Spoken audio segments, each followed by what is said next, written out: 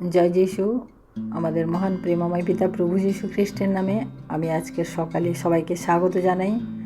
আসুন আমরা আজকে ঈশ্বরকে ধন্যবাদ দিই, কারণ তিনি আমাদেরকে আজকের দিনটি দেখতে দিলেন। এই সুন্দর মুহূর্ত আমরা ঈশ্বরের সাথে উপস্থিত হতে পেরেছি। তাই আসুন আমরা তাকে ধন্যবাদ প্রশংসার মাধ্যমে আমরা তার নামকে উচ্চীকৃত গৌরবান্বিত করি। এবং আসুন আজকে আমরা তার বাক্য থেকে আলোচনা করব। আমরা দেখব যে আজকে যে বিষয়ে আমি আলোচনা করব তা হচ্ছে ব্যাপটিজম।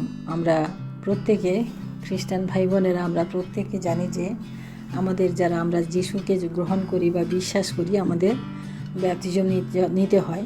সেই ব্যাপটিজম সম্বন্ধে আমি কয়েকটি কথা আপনাদের সাথে শেয়ার করব।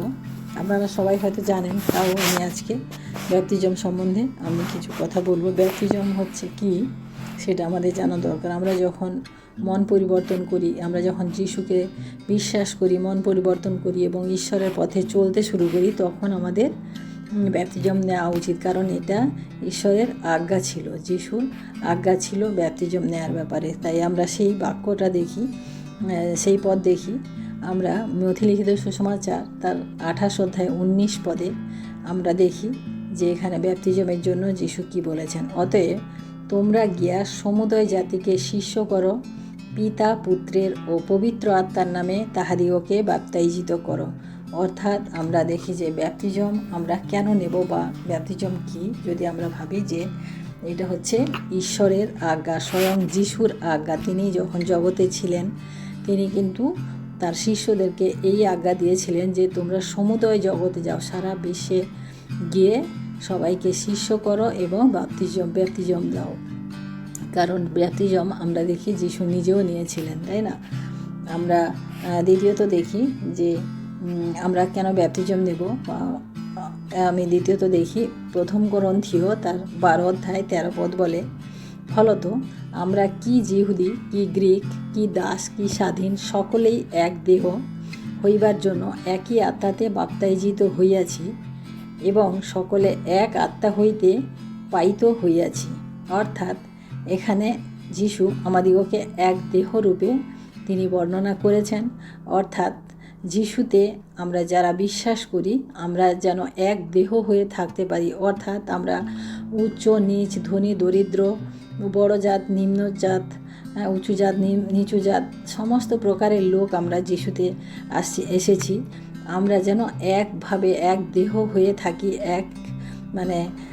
এক আত্মাতে যেন আমরা বসবাস করতে পারি। তাই আমাদেরকে ব্যাপটিজম নেওয়া দরকার। কারণ এই ব্যাপটিজম নিলে আমরা এক হয়ে যাই না সবাই যিশুতে। শুধু আমাদের মণ্ডলীতে নয়, সারা বিশ্বে যারা যিশুকে অনুসরণ করেন সবাই যেন ব্যাপটিজম নিয়ে সকলেই এক আত্মা। আমরা যদি আজকে এখানে আমাদের মণ্ডলীতে দেখি যত ভাই বোন আছে আমরা সবাইকে এক এক বলি, কিন্তু আমরা যখন এখান থেকে অনেক দূরে কোথাও যাব সেখানেও যখন আমরা খ্রিস্টের ভাই বোনদেরকে দেখব তখনও আমরা সে এক আত্মা বা এক দেহে আমরা একে অপরের সাথে মিশতে পারবো। তাই এটা ঈশ্বরের বাক্য হিসেবে আমরা ব্যাপটিজম নেওয়া আমাদের দরকার আছে, কারণ প্রত্যেককে এক হওয়ার জন্য তিনি বলেছেন। আমরা তৃতীয় কারণ দেখি গালাতীয় তার 3 অধ্যায় 27 পদ, কারণ তোমরা যত লোক খ্রিস্টের উদ্দেশ্যে বাপ্তাইজিত হইয়াছ সকলে খ্রিস্টকে পরিধান করিয়াছি।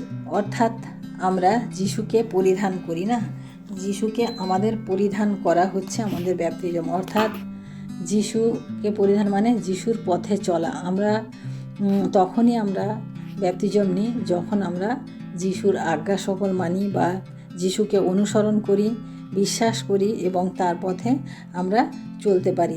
আমাদের স্বভাব যিশুর মতো হওয়া আবশ্যক।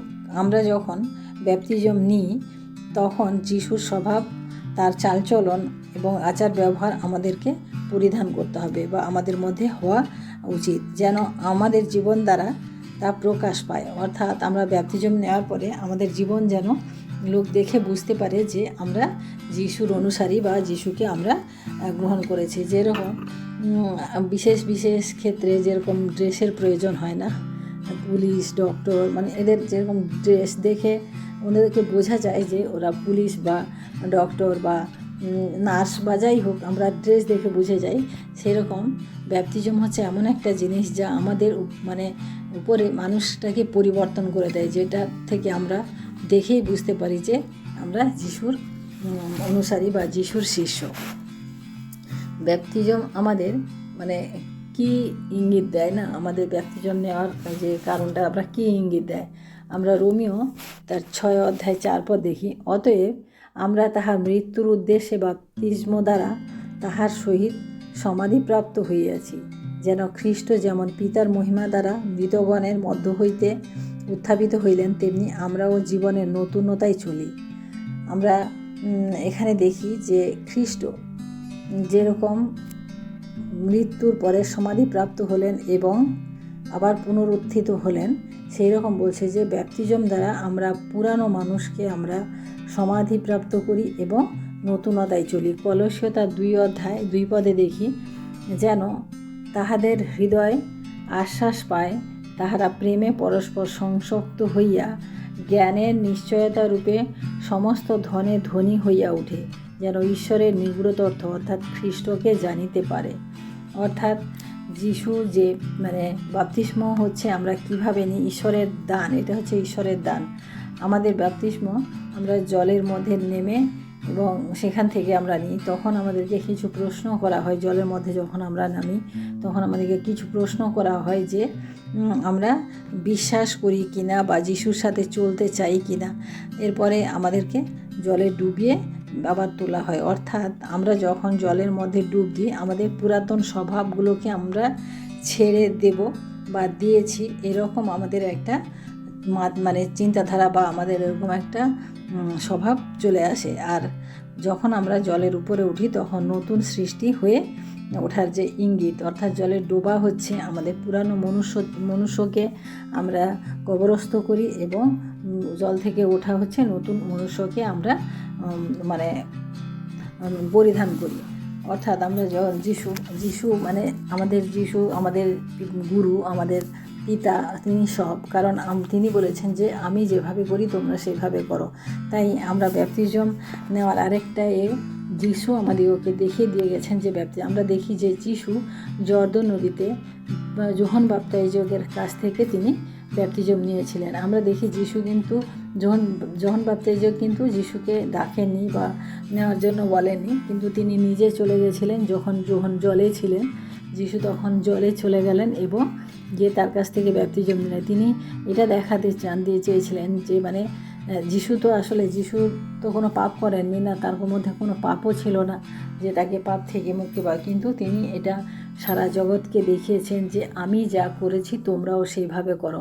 অর্থাৎ আমাদেরকেও সে ব্যাপটিজমের মধ্য দিয়ে আমাদেরকে আসতে হবে। তাই আমরাও যেন জলে ডুবে আমরা ব্যাপটিজম নিই। কিন্তু অনেকে আছেন আবার জলে ডুবিয়ে ব্যাপটিজম দেন না, জলে ছিটা দিয়ে দেন। অর্থাৎ এইরকম কোথাও কিন্তু ঈশ্বরের বাক্যে বলা নেই। আর আমরা যখন দেখি যিশু যখন ব্যাপটিজম নিলেন তখন আমরা দেখি যিনি যখন উঠলেন তারপরে কিন্তু পবিত্র আত্মা যিশুর উপরে পায়রার আকার নিয়ে নেমে আসলো এবং উপর থেকে স্বর্গ থেকে এই বাণী হয়েছিল, ইনি আমার প্রিয় পুত্র, ইহাতে আমি প্রীত। অর্থাৎ আমরা দেখি যে আমরা ব্যাপটিজমের পরে আমাদেরকে আরেকজন গাইড করা শুরু করেন, সে হচ্ছেন পবিত্র আত্মা। তারপরে মানে ব্যাপটিজম কে নিতে পারে না, আমরা কারা ব্যাপটিজম নিতে পারে। ব্যাপটিজম নেওয়া আমাদের ব্যাপটিজম নেওয়া আমরা মনে করি না ব্যাপটিজম নিয়ে আমরা খ্রিস্টান হব, কিন্তু ব্যাপটিজম নিয়ে আমাদের খ্রিস্টান হওয়া নয়, কিন্তু আমাদের মন পরিবর্তন, অর্থাৎ আমাদের পুরানো যে স্বভাব, পুরানো যে বিষয়গুলো, সেইগুলো থেকে আমাদের মন পরিবর্তন। অর্থাৎ অনেক সময় আমরা মনে করি যে ব্যাপটিজম না নিলে মনে হয় আমি মণ্ডলীর সদস্য হতে পারবো না, বা এই সমস্ত কিছু আমাদের ঈশ্বরের বাক্য বলে না, এই সমস্ত কিছু চিন্তাধারা ভুল।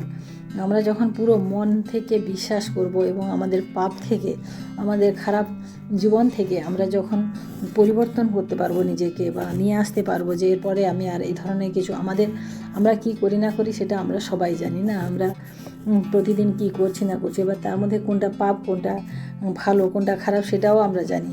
তাই সেই সমস্ত থেকে আমরা যখন মন পরিবর্তন করে আমরা যখন সম্পূর্ণরূপে আমি যিশুতে চলতে পারবো, এইরকম আমরা যে যখন আমাদের মনে হয় তখন আমাদের ব্যাপটিজম নেওয়া উচিত। যিশু ক্রুশারোপিত হলেন, মারা গেলেন, কবরস্থ হলেন, এই জিনিসটা আমাদেরকে মাথায় রাখতে হবে। তার কারণ আমার পাপের জন্য, আমাকে মুক্তি দেওয়ার জন্য, আমাকে উদ্ধার করার জন্য যিশু ক্রুশে গেছিলেন এবং কবরস্থ হলেন এবং তৃতীয় দিনে তিনি উঠেছেন। সেইভাবে আমাদিগকেও ব্যাপটিজমের মাধ্যমে আমাদের সমস্ত পুরানো স্বভাবকে, পুরানো মনুষ্যকে আমাদের কবরস্থ করতে হবে এবং নতুন মনুষ্যকে যিশুর সাথে নিয়ে আসতে হবে। যিশুই আমার জীবনের রাজা, তিনি আমাদের জীবনের স্বামী, তিনি আমাদের পিতা, তিনি আমাদের সব কিছু। তার মহিমার জন্য আমরা যেন নিজেদের জীবনকে উৎসর্গ করতে পারি। ব্যাপটিজম হচ্ছে মন ফেরানো। ব্যাপটিজম নেওয়ার একটা উদ্দেশ্য হচ্ছে মন ফেরানো। ব্যাপটিজম নেওয়ার আগে খুব প্রয়োজন, অর্থাৎ আমাদের পুরানো স্বভাবকে ছেড়ে যিশুর স্বভাবকে গ্রহণ করার জন্য মন পরিবর্তন করা খুবই দরকার। অর্থাৎ আমাদের যে স্বভাবগুলো ছিল, মিথ্যা বলা, হঠাৎ রেগে যাওয়া, চুরি করা, নানান খারাপ ভাষায় গালাগালি করা, বদনাম করা, নিন্দা করা, মানে এই সমস্ত স্বভাবগুলো, এগুলো কিছু না কিছু আমাদের প্রত্যেকের মধ্যেই রয়েছে। এই স্বভাবগুলো থেকে আমাদিগকে সরে আসতে হবে এবং সেগুলিকে ছেড়ে যিশুর স্বভাবকে আমাদেরকে নিতে হবে। এবার তার জন্য আমাদের ব্যাপটিজমের আগে খুব দরকার মন পরিবর্তন করা। তাই ব্যাপটিজমের সময় আমাদের এই তিনটে জিনিস খুব খেয়াল রাখতে হবে: বিশ্বাস, মন পরিবর্তন এবং পবিত্র আত্মার উপরে নির্ভর। কারণ ব্যাপটিজমের পরে আমাকে সম্পূর্ণরূপে পবিত্র আত্মার উপরে নির্ভর করে চলতে হবে। এই সত্যকে আমাকে জানতে হবে। তাই আমাদের ব্যাপটিজম নেওয়া দরকার।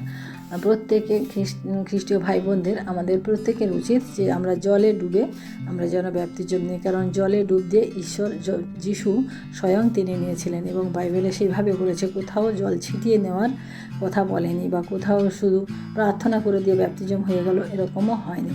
তাই আসুন আমরা আজকে প্রার্থনা করি। আমরা ব্যাপটিজম সম্বন্ধে যা জানতে পারলাম আমরা প্রত্যেকে মনে রাখবো যে আমাদের মন পরিবর্তন এবং যিশুর স্বভাবকে পরিধান করা আমাদের দরকার। তাই প্রার্থনা করি। আসুন আমরা আজকে সকালে ধন্যবাদ ধন্যবাদ ধন্যবাদ মহান প্রেমময় পিতা, তোমার মহানামের ধন্যবাদ প্রশংসা করি প্রভু। আজকের এই সুন্দর সকালে প্রভু আরেকটি বার প্রভু তোমার বাক্য নিয়ে আলোচনা করার সুযোগ পেয়েছি প্রভু। তোমায় ধন্যবাদ দিই পিতা। তোমায় ধন্যবাদ দিই পিতা। আজকে সারাটি দিন প্রভু তোমার হস্তে রাখি প্রভু। এবং প্রভু যত ভাই বোনেরা প্রভু আজকের এই ব্যাপটিজম সম্বন্ধে শুনলেন প্রভু, প্রত্যেকের জীবনে তুমি কাজ করো প্রভু। যারা এখনও ব্যাপটিজম নিতে পারেননি প্রভু, সেই প্রত্যেকের মনকে তুমি পরিবর্তন করো। প্রত্যেকের মনে তুমি সেই বিশ্বাস এনে দাও প্রভু, যাতে তারা নিজের মনকে পরিবর্তন করে নতুন জীবনে চলার জন্য তারা আগ্রহ থাকে এবং উৎসাহ প্রকাশ করে প্রভু। তাই তোমায় ধন্যবাদ করি প্রভু। সেই প্রত্যেক ভাই বোনদেরকে তুমি মন পরিবর্তন করো প্রভু, দয়া করো প্রভু। কারণ তোমাতে বিশ্বস্ত যত ভাই বোন তুমি তাদেরকে অনন্ত জীবন দিয়েছ প্রভু, আমরা বিশ্বাস করি এবং সেই বিশ্বাসে প্রভু আজও আমরা স্থির আছি, যাতে আমরা তোমার দ্বিতীয় আগমনের সময় আমরা যেন একত্রিত হয়ে তোমার সাথে আবার মিলিত হতে পারি প্রভু। কারণ তুমি আমাদেরকে পাপ থেকে উদ্ধার করেছো, পাপ থেকে রক্ষা করেছো এবং নতুন জীবন দিয়েছো, অনন্ত জীবনে পৌঁছে দিয়েছো প্রভু। তাই তোমায় ধন্যবাদ করি প্রভু। আমরা আগামী দিনে প্রভু তোমার সাথে মিলিত হব এই আশা রাখি প্রভু। ধন্যবাদ করি প্রভু। প্রত্যেক ভাই বোনকে তোমার হস্তে রাখি, আজকে দিনের ভার তোমার হস্তে রাখি। প্রত্যেক পরিবারে তোমার আনন্দ, তোমার শান্তি, তোমার ভালোবাসা থাকুক। ধন্যবাদ করি। সমস্ত মহিমা, গৌরব, প্রশংসা তোমাকে দিয়ে এই বিনতি প্রার্থনা চাই আমাদের মহান প্রেমময় পিতা প্রভু যীশু খ্রিস্ট তোমারই নামে, আমেন। সবাইকে জয় যিশু। সবাই ভালো থাকবেন, সুস্থ থাকবেন। আজকের দিনটি প্রত্যেকের জীবনে শুভ হোক, আমেন।